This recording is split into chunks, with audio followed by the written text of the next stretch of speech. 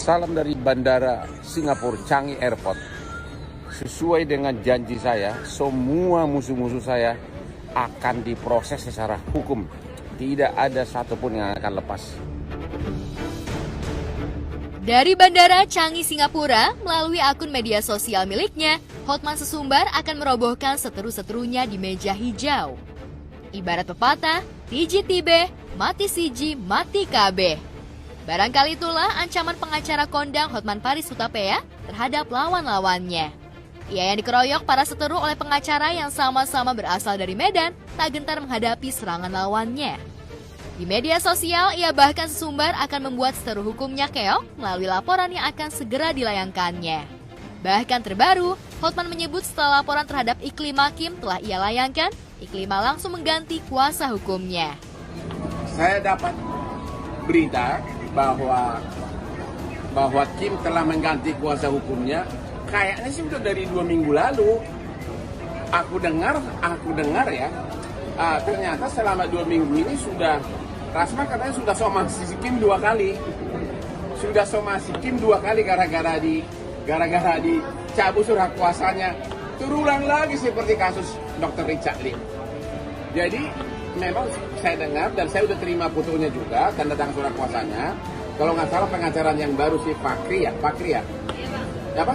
Iya, benar. Ya, dan jadi sudah dipecat dia sebagai kuasa hukum. Inilah kesempatan bagi Iklim Hakim untuk memakai otaknya.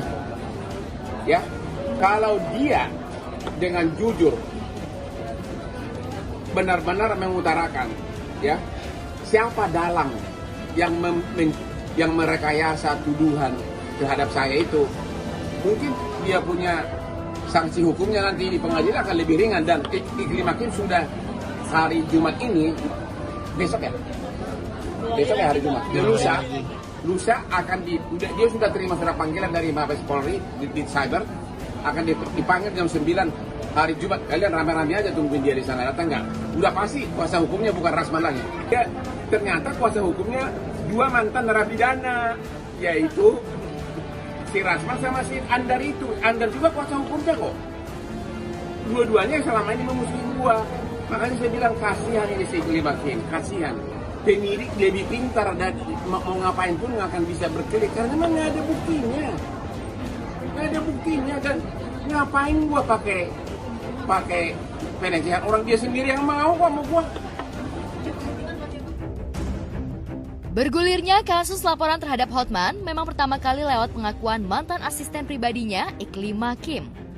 Iklim yang didampingi kuasa hukumnya Razman Arif Nasution kemudian melaporkan pengacara berjuluk 30 miliar itu ke pihak kepolisian dengan tuduhan tindakan asusila.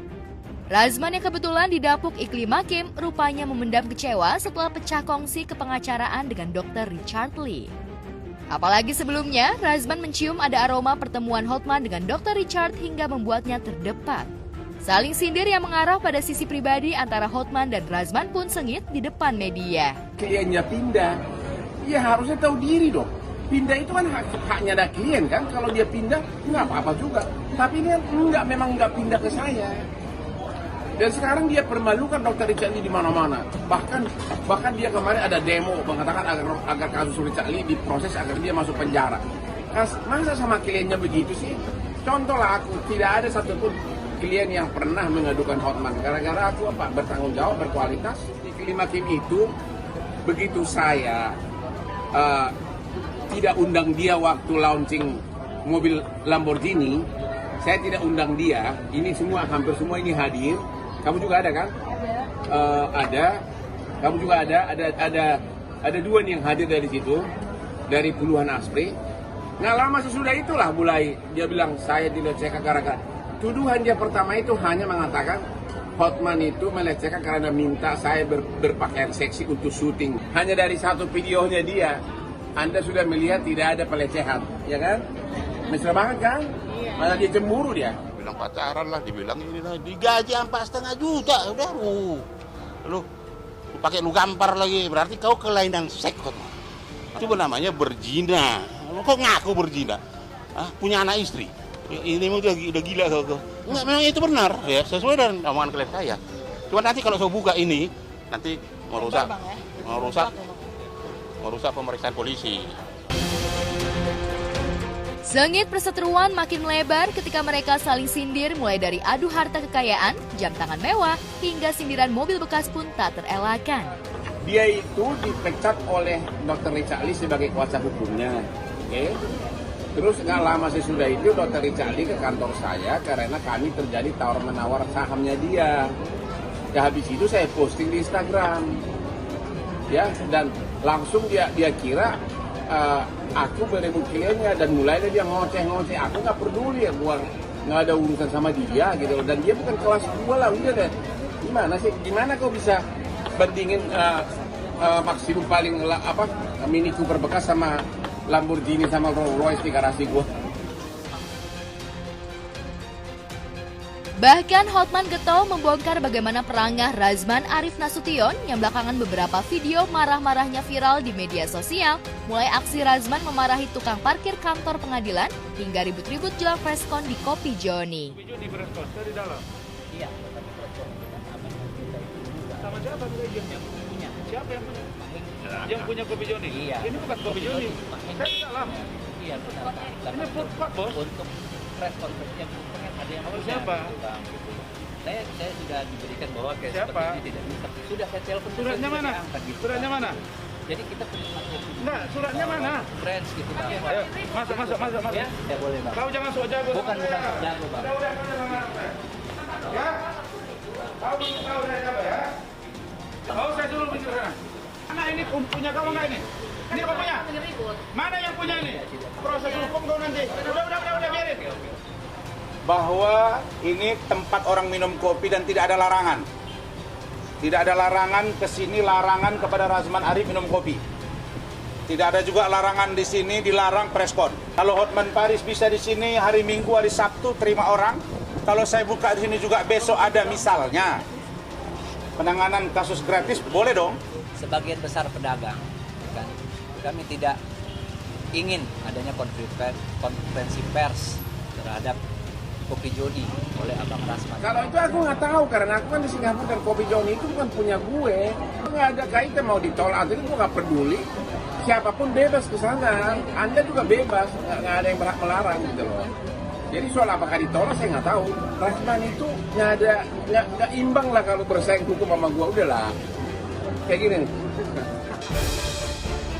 Bahkan untuk membongkar reputasi Razman Arif, Hotman sempat memposting salinan surat kuasa milik petinggi Polri yang sempat diklaim dibela Razman. Dari postingan itu, nama Razman rupanya tak termaktub sebagai kuasa hukum sang petinggi Polri. Aduh malunya, copot aja itu spandukmu, malu-maluin. Kok terus-menerus dipermalukan gini ya? Sindir Hotman. Di spanduk dia yang di belakang kayak tukang apa itu kayak mirip sama spanduknya tukang obat. Ditulis pengacaranya tim kuasa hukum Komjen Budi Gunawan yang sekarang apa ketua BIN ya Komjen Pol. Ternyata dia sama sekali bukan kuasa hukumnya. Kok berani ngaku begitu loh? Itu orang harus beli kaca dari pasar impres. Perang urat syaraf tak hanya berhenti di antara Hotman dan Razman, seteru lama Hotman, pengacara Andar Situmorang juga ikut memanaskan perseteruan.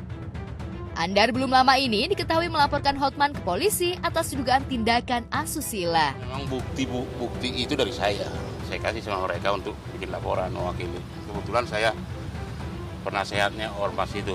Jadi saya dalam hari ini saya bukan pengacara sekarang ini. Saya dipanggil menjadi saksi atas konten asusila yang diproduksi dari Instagramnya Hotman Paris. Andar menyodorkan barang bukti postingan Hotman di akun media sosialnya terkait konten pornografi. Tapi lagi-lagi Hotman tak gentar. Ia malah menuduh Andar sebagai pengacara abal-abal sambil menyodorkan bukti jika ijazah Andar palsu. Andar itu seumur hidup saya nggak kenal. Gua nggak kenal orang bahasa Indonesia aja gua nggak ngerti kalau yang ngomong gua nggak ngerti. Itu udah lama iri sama gua mengenai soal ijazah palsu itu ada putusan Mahkamah Agung dan dia sudah pernah dieksekusi, ditahan di lembaga di penjara Cipinang 8 bulan. Dia kan bilang saya ijazah palsu. Hotman, kau ini pengacara kok kenapa? Kau pengacara tidak punya hak membacakan putusan-putusan Tahun 2000. Saya aja lupa, orang lain. Kau tidak punya hak. Yang berhak membaca putusan itu adalah majelis hakim di pengadilan. Mungkin Dr. Cum Laude Hotman Paris nggak mungkin pencemaran nama. Itu saya baca putusan, ada putusannya. Dia mau, nggak tahu kayak biar dekat 2 kali biar masuk TV. Jadi dia sengaja bikin laporan polisi sekarang agar untuk mungkin menutupi malunya kali, agar seolah-olah dia tidak ijazah palsu, ya. Kiprah perseteruan Hotman dengan sesama pengacara asal daerahnya sendiri memang bukan kali pertama. Sebelumnya, ia bahkan sempat sengit beradu argumen hingga saling sindir dengan pengacara kondang Ruhut Sitompul. Tapi sejak Ruhut jadi politisi, perseteruan keduanya mulai reda. Lantas mungkinkah perseteruan pribadi ini akan masuk ke ranah hukum? Atau hanya akan menjadi parade saling sindir yang kelak akan menguap di media sosial saja? Jika benar Hotman akan melaporkan balik para seterunya, kapan ia akan segera menyeret seterunya ke meja hijau? Lantas bagaimana tanggapan Iklim Hakim, Razman dan Andar yang akan segera dilaporkan balik Hotman? Siapkah mereka menerima perlawanan di meja hukum? Saya makin diserang, semakin saya sadar. Oh begini manusia, terutama suku gua ini ya. Hati-hati bos, saya udah bilang sama kalian, kami ini FBI, ketua umum dengan ketua penasihat dan pengurus-pengurus FBI ini udah terlatih semua ini. Terlatih semua ini, apalagi boleh nanti, ini baru lubis ini. Ya, Pak Rusdi. Kau bacakan lagi putusan palsu, makanya saya pidanakan kau. Saya jamin 1000% tidak ada di situ ijazah palsu Universitas Jayabaya. Tidak ada, saya jamin. Pasti mulutmu itu ngarang-ngarang. Kenapa aku nggak takut? Karena memang kalau you merasa you nggak melakukan perbuatan ilik yang melanggar hukum, you akan talangkan. Apalagi gua dibandingkan sama mereka, saya subuhnya kalau dalam persilatan, aku subuh dalam bidang hukum. Jadi gua tahu Pak.